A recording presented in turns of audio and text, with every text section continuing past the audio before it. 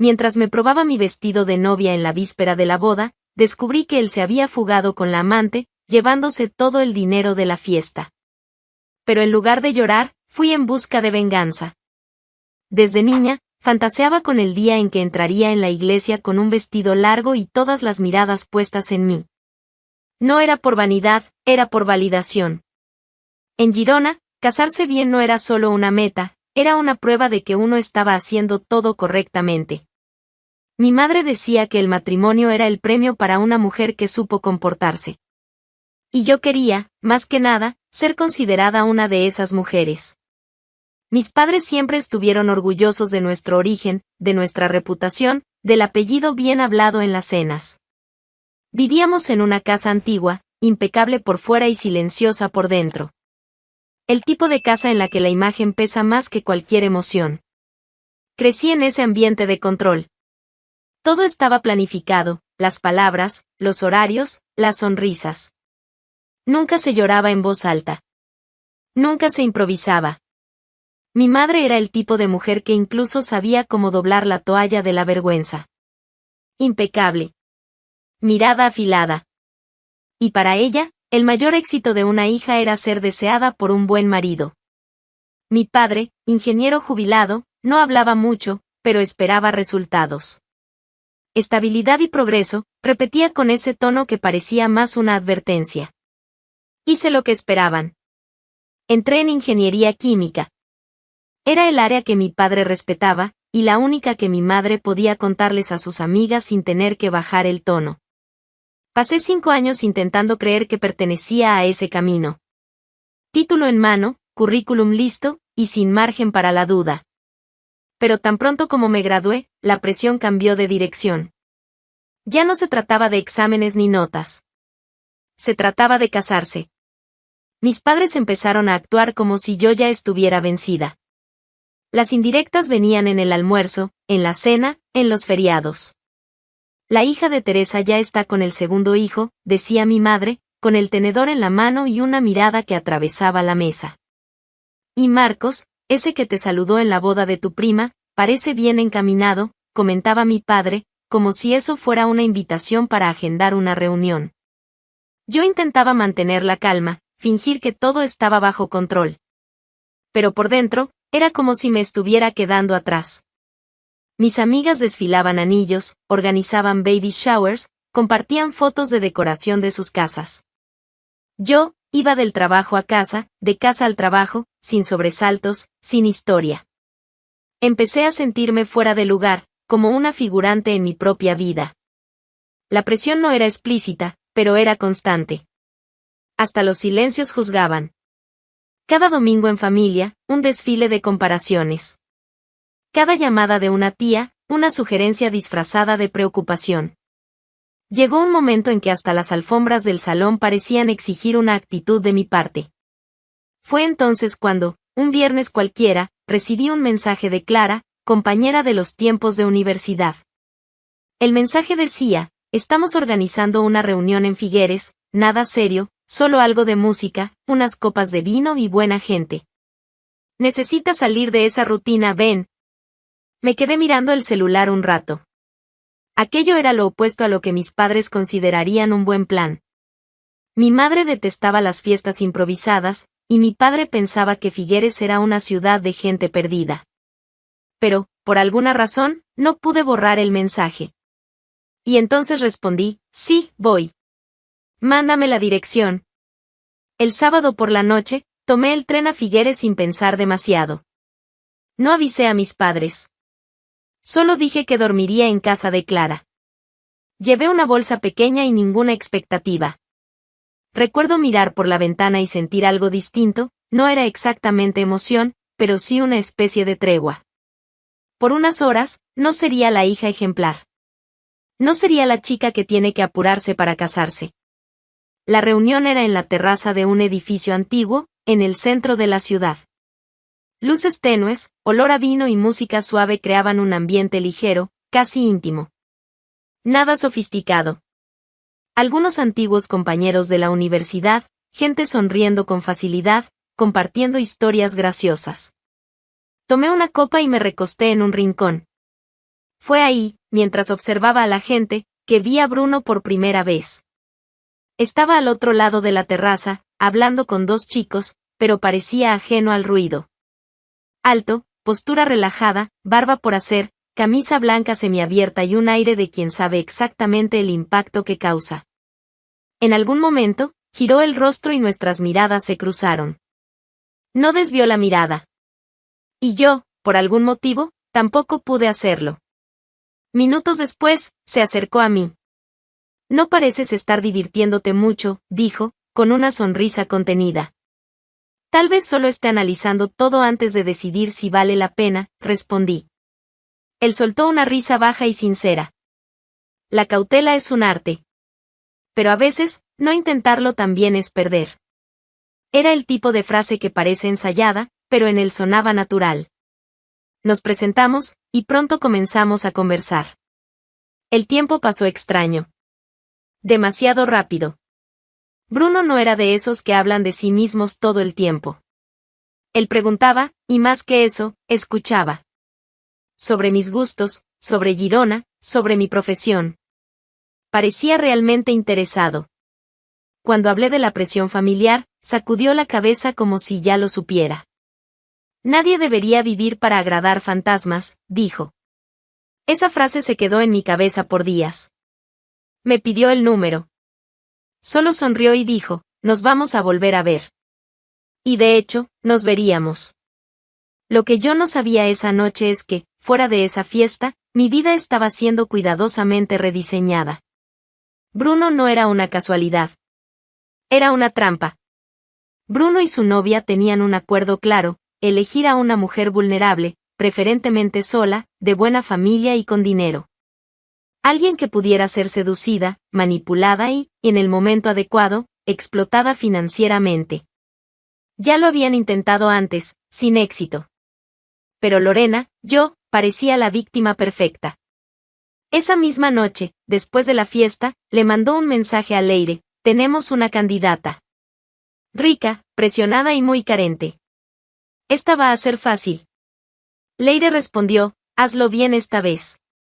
Y mientras yo volvía a casa pensando que había vivido una casualidad hermosa, ellos brindaban por el inicio de un plan. Los días siguientes a la fiesta pasaron como en trance. Bruno me mandó mensaje al día siguiente, luego al otro, y al otro. Ninguna insistencia forzada, solo una constancia cómoda. Él sabía el tono correcto, el momento justo, como si leyera mi estado de ánimo antes de que yo respondiera. Y eso, esa habilidad silenciosa de adivinar lo que yo quería oír, fue lo que más me atrapó. En pocas semanas, salíamos con frecuencia. Cafés, caminatas, visitas improvisadas. Cuando me di cuenta, ya era parte de mi rutina. Empecé a contarle cosas que ni mis amigas sabían. Hablé sobre miedos que nunca había verbalizado. Él lo escuchaba todo, con atención. Y decía exactamente lo que yo necesitaba oír para seguir creyendo que, finalmente, algo bueno estaba ocurriendo en mi vida. En la superficie, él era el hombre ideal. Sencillo, amable, con un aire despreocupado que encantaba a mis padres. Llegaba a nuestra casa con una botella de vino barato y una sonrisa fácil. Mi padre elogiaba su humildad. Mi madre, su comportamiento educado. Finalmente, alguien que no necesita demostrar que es importante, dijo ella un día, después de la cena. Por dentro, yo sentía que mi vida, al fin, estaba encajando en el molde. Un novio presente, un posible futuro, un silencio familiar más ligero durante las comidas. Bruno lo sabía. Y lo aprovechaba. Con Leire, la conversación era otra. Encuentros en hoteles sencillos, charlas en voz baja. Allí, él era directo, ella está enganchadísima. Y los padres tienen dinero. Mucho dinero. Si lo hacemos con calma, vamos a sacar más de lo que imaginé. Leire dudaba. Pensaba que Bruno se estaba involucrando más de la cuenta.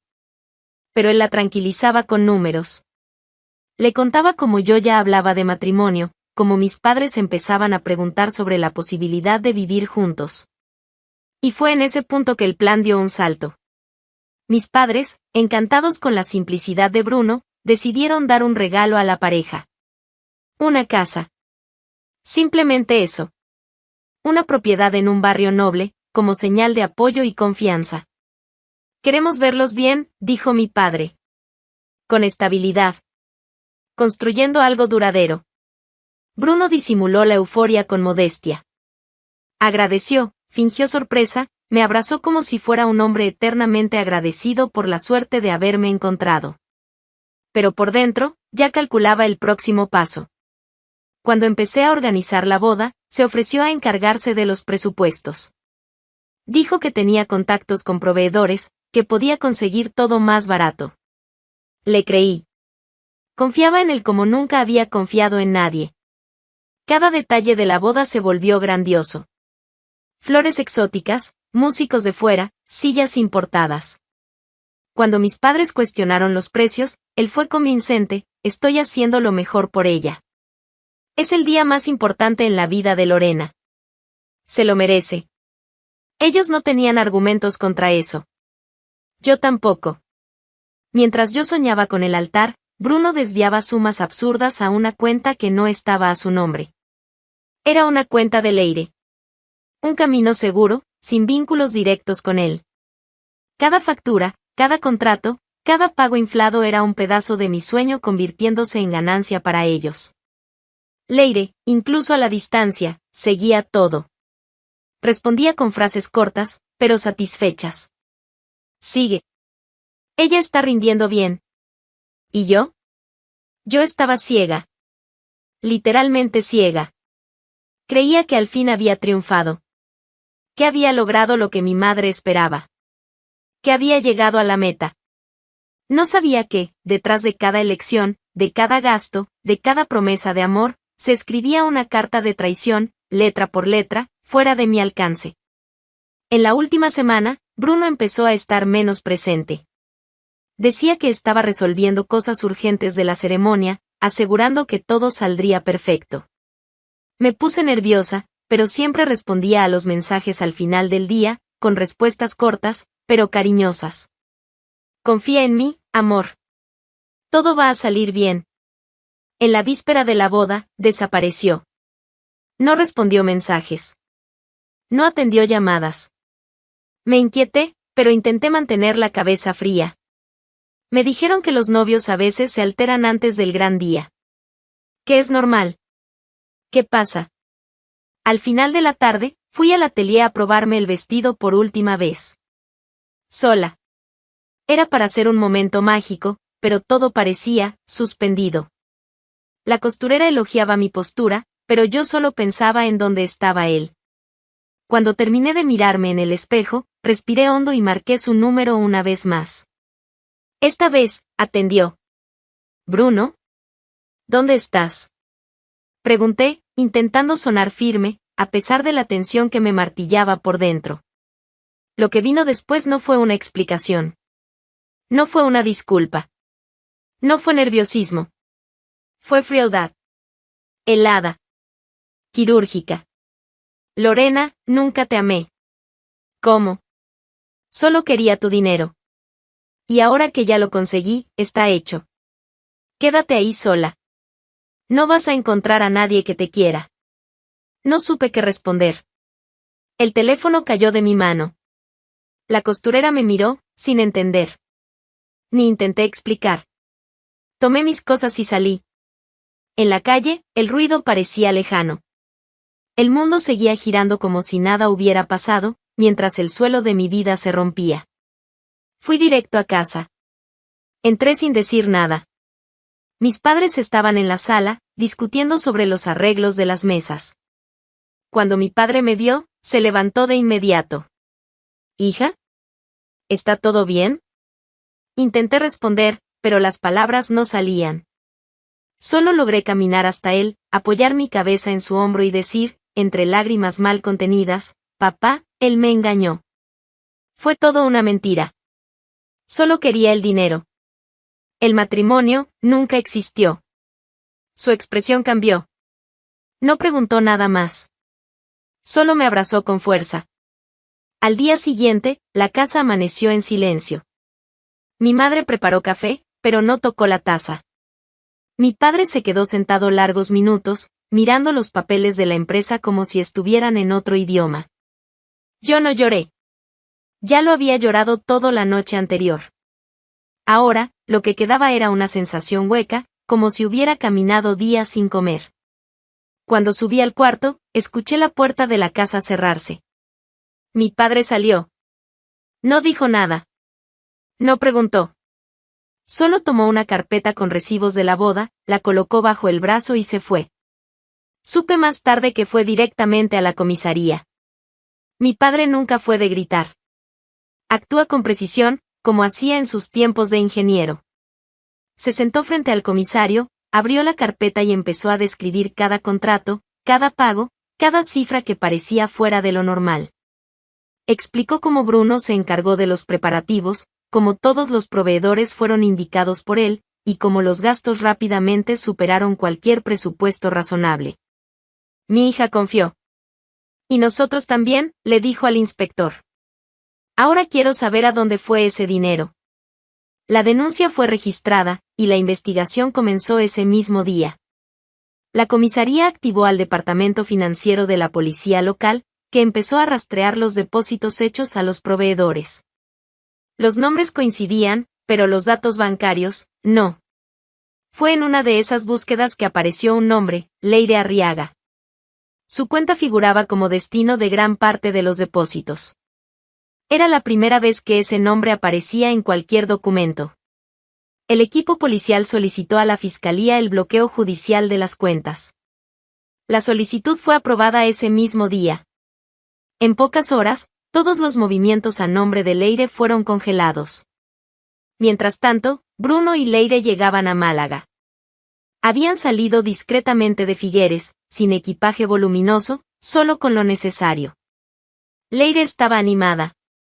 Tomó fotos de la vista desde el hotel, pidió champán y abrió una sonrisa amplia cuando el camarero trajo la bandeja. Parece hasta unas vacaciones, dijo ella. Es casi eso, respondió Bruno, relajado. La diferencia es que la cuenta la pagó alguien que nunca se dio cuenta. A la mañana siguiente, el fraude comenzaba a desmoronarse. Leire bajó a la recepción para pagar la estadía y renovarla por una semana más. Entregó la tarjeta, segura de que nada saldría mal. La empleada la pasó una vez. Luego otra. Y una más. Señora, el sistema indica que no reconoce su cuenta. Leire se quedó quieta por un segundo.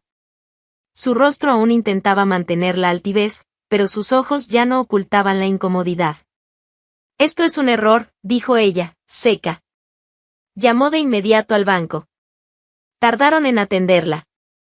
Cuando por fin lo hicieron, escuchó la frase que no esperaba: todas las cuentas vinculadas a su nombre han sido bloqueadas por decisión de la Fiscalía de Girona. Hay una investigación en curso. No respondió. Simplemente colgó. Subió en silencio a la habitación. Bruno lo notó de inmediato.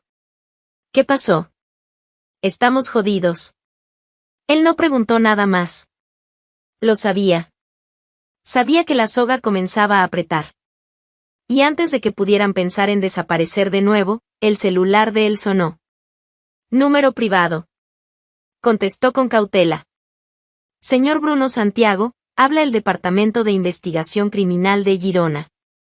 Usted y la señora Leire Arriaga están oficialmente convocados a presentarse en la comisaría dentro de las próximas 48 horas. La no comparecencia será interpretada como intento de evasión judicial. Bruno colgó despacio. No dijo nada. Por más expertos que fueran en huir, por primera vez, ya no había a dónde correr.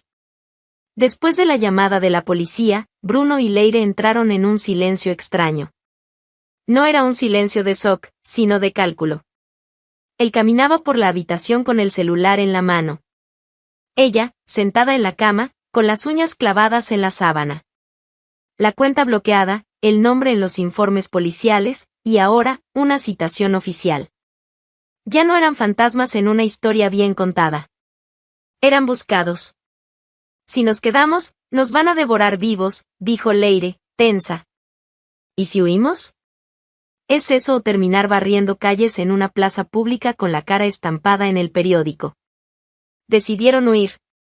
Pero ya no tenían acceso a nada, ni cuentas, ni reservas, ni tarjetas.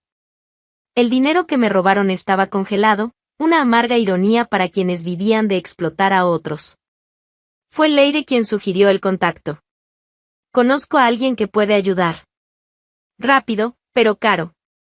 A Bruno no le gustó la idea. El hombre era conocido en la región por cobrar más que dinero a cambio de favores. Pero no tenían salida. En pocas horas, acordaron una cita en un lugar escondido, donde entregaron las pocas joyas que Leire llevaba y la alianza que Bruno aún usaba, símbolo del matrimonio que nunca ocurrió. Recibieron suficiente dinero en efectivo para 2 pasajes internacionales y un taxi hasta el aeropuerto. ¿Destino? Marruecos. El resto lo resolverían después. El plan era simple, desaparecer del mapa. Empezar de nuevo en algún lugar donde los nombres no significaran nada y la justicia española no alcanzara con tanta facilidad. Al día siguiente, compraron los pasajes. En el camino al aeropuerto, no hablaron mucho.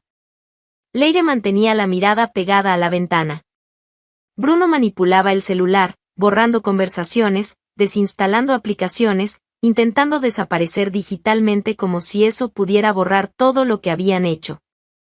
Pero cuando bajaron del taxi y cruzaron la primera puerta del terminal, ya era tarde. 2 agentes de civil los esperaban, ubicados cerca de los mostradores de embarque. En cuanto vieron el rostro de Bruno, lo confirmaron por radio. Se acercaron en silencio. ¿Bruno Santiago? ¿Leire Arriaga? Él se giró de forma automática, como si aún creyera que podía salir caminando de ahí. Están detenidos por orden judicial. Por favor, entreguen sus documentos y acompáñennos sin resistirse. Leire intentó decir algo, pero la voz se le murió en la garganta. Las miradas alrededor comenzaron a acumularse. Pasajeros, empleados, familias enteras con maletas detenidas en el suelo, todos mirando aquella escena que parecía sacada de una película. En la comisaría, fueron registrados como cualquier otro criminal. Fichados, fotografiados, encerrados. Dejaron atrás maletas, pasajes, planes, arrogancia. Y mientras tanto, yo recibía la noticia. Fue una llamada breve. El inspector me llamó directamente. Señorita Lorena, le informamos que ambos fueron localizados y detenidos en el aeropuerto de Málaga. Ya están en camino a Girona, donde seguirán los trámites legales. El juicio fue rápido. La fiscalía no tuvo dificultad en presentar las pruebas. Contratos, extractos, capturas de pantalla de conversaciones, rastreos bancarios. Todo apuntaba a un fraude cuidadosamente construido. Bruno intentó mantener la compostura durante la audiencia. Miraba alrededor con una arrogancia forzada, como si aún tuviera algo bajo control. Leire, más tensa, evitaba mirar al juez. Cuando les preguntaron si tenían algo que decir, ambos optaron por el silencio. Ningún intento de justificación. Ninguna disculpa. La sentencia llegó con voz clara: 1 año de servicios comunitarios obligatorios en Girona. Bajo vigilancia. Bajo miradas. Bajo exposición. No era una prisión tradicional. Era un castigo con propósito: hacerlos enfrentar, día a día, la ciudad que engañaron. No lejos de las miradas, sino bajo ellas. Bruno escuchó la sentencia sin reacción. Leire cerró los ojos por un segundo. Yo, sentada en el fondo de la sala, solo observé. Sin un alivio teatral. Solo una extraña sensación de cierre empezando a formarse. La semana siguiente comenzaron a cumplir la pena. El ayuntamiento los asignó a trabajos diferentes, pero igualmente simbólicos. Leire, que odiaba madrugar, algo que el propio Bruno solía contar en tono de broma, ahora era vista todos los días a las 7 de la mañana con una gorra desgastada, barriendo aceras y podando arbustos en las calles centrales de la ciudad. La mujer que antes hablaba con desprecio de los tipos comunes, ahora era una de esas personas invisibles que solía ignorar. Bruno tuvo un destino más cruel: fue asignado a la limpieza de los parques públicos. Cortaba el césped, recogía basura, cuidaba jardines. Vestía un uniforme verde, amplio y mal ajustado, con una placa en el pecho. Eso lo desarmaba. Su vanidad, su constante preocupación por la apariencia, todo eso se volvió polvo. Después de todo, yo necesitaba alejarme. No solo físicamente, emocional, mental, socialmente. La ciudad ya sabía del escándalo. Algunos me miraban con lástima. Otros con curiosidad. También había quienes creían que debía agradecer por no haberme casado con él. Pero nadie entendía realmente. No se trataba de perder un prometido. Era haber sido engañada en el momento más vulnerable de mi vida. Era haber creído. Confiado. Soñado. Y yo necesitaba aire. Otro idioma, otro uso horario, otro ritmo. Me inscribí en un programa de intercambio profesional que incluía investigación ambiental. Fui aceptada. Preparé las maletas, entregué las llaves de la casa nueva que nunca fue habitada, abracé a mis padres y partí. En el nuevo país, lejos de la presión, lejos del recuerdo vivo de lo que fue una boda cancelada, comencé a redescubrir lo que significaba despertar sin miedo a equivocarme. Fue allí donde conocí a Mateo. No llegó con frases ensayadas, ni miradas calculadas. Era un hombre sencillo, atento, con un sentido del humor amable y una ligereza que me desarmaba sin esfuerzo. Hijo de inmigrantes, ingeniero forestal, hablaba poco de sí mismo, pero escuchaba con un interés genuino. Y lo más sorprendente, nunca me preguntó sobre mi pasado. Nunca quiso saber qué pasó. Simplemente me trataba como alguien que merece el ahora, no como quien arrastra un antes. En los almuerzos de domingo con su familia, redescubrí la idea de hogar. Era distinto. Más cálido. Más honesto. Con el tiempo, entendí que mi valor no necesitaba probarse en una ceremonia, ni validarse con padres orgullosos o anillos relucientes. Mateo me enseñó que el amor también puede ser tranquilo. Sin fuegos artificiales. Sin trampas. Solo presencia. Estuve fuera el tiempo que necesité. Volví a Girona sin avisar, acompañada de Mateo. Él quiso conocer la ciudad donde crecí. Quiso ver el lugar donde la antigua Lorena existió. No por curiosidad morbosa, sino por respeto. Mateo era así, silencioso en sus intenciones, pero firme en sus gestos. Llegamos en una tarde templada de primavera. Girona seguía siendo Girona, organizada, observadora, llena de ojos discretos en las ventanas. Mis padres nos recibieron con tranquilidad, felices de ver que, a pesar de todo, yo había florecido en otro lugar. A la mañana siguiente, decidimos salir a caminar. Mateo quería ver la parte antigua de la ciudad, y yo quería probar un helado de la heladería que solía frecuentar en mi adolescencia.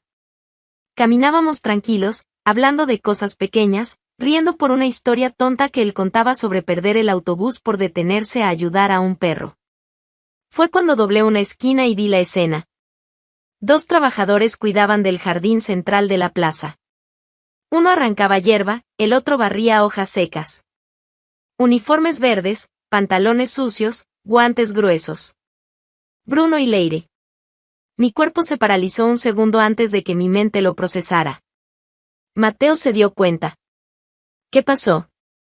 No respondí. Leire me vio primero. Levantó el rostro con una expresión cansada, sudada, molesta por estar ahí. Cuando notó que la estaba mirando, su expresión cambió. Se volvió dura, furiosa. Dejó de hacer lo que estaba haciendo, tiró la escoba y dio unos pasos hacia mí, como si no pudiera contenerse. ¿Qué perdiste por aquí? Gritó, lo suficientemente alto como para atraer miradas. Mateo me miró, sin entender. Algunos peatones también se giraron. Bruno seguía agachado, sin valor para levantar la mirada. ¿Viniste a ver lo que quedó? Continuó Leire. La princesita volvió del viajecito, ¿eh? Resoplaba. El sol le daba de lleno en la cara, y aún así, parecía congelada. No por el frío, sino por la incomodidad de verme, bien. No respondí de inmediato. Di un paso al frente, aún con el helado en la mano. La miré sin prisa, sin odio, sin necesidad de ganar. Vine a ver mi ciudad. El lugar donde aprendí a no ser como tú. Bruno levantó el rostro por fin. Estaba abatido. Ya no quedaba pose, ni discurso. Solo un hombre común, reducido al uniforme que tanto despreciaría un año atrás. Mateo me tomó de la mano. ¿Todo bien? Todo, respondí, con una sonrisa suave. Vamos. Mientras ellos seguían atrapados en lo que hicieron, yo seguía libre en lo que elegí ser. Algunos amores llegan demasiado rápido, y destruyen con la misma velocidad. Pero al final, lo que permanece es quien decide seguir en paz. Comenta qué te pareció y suscríbete para más historias como esta.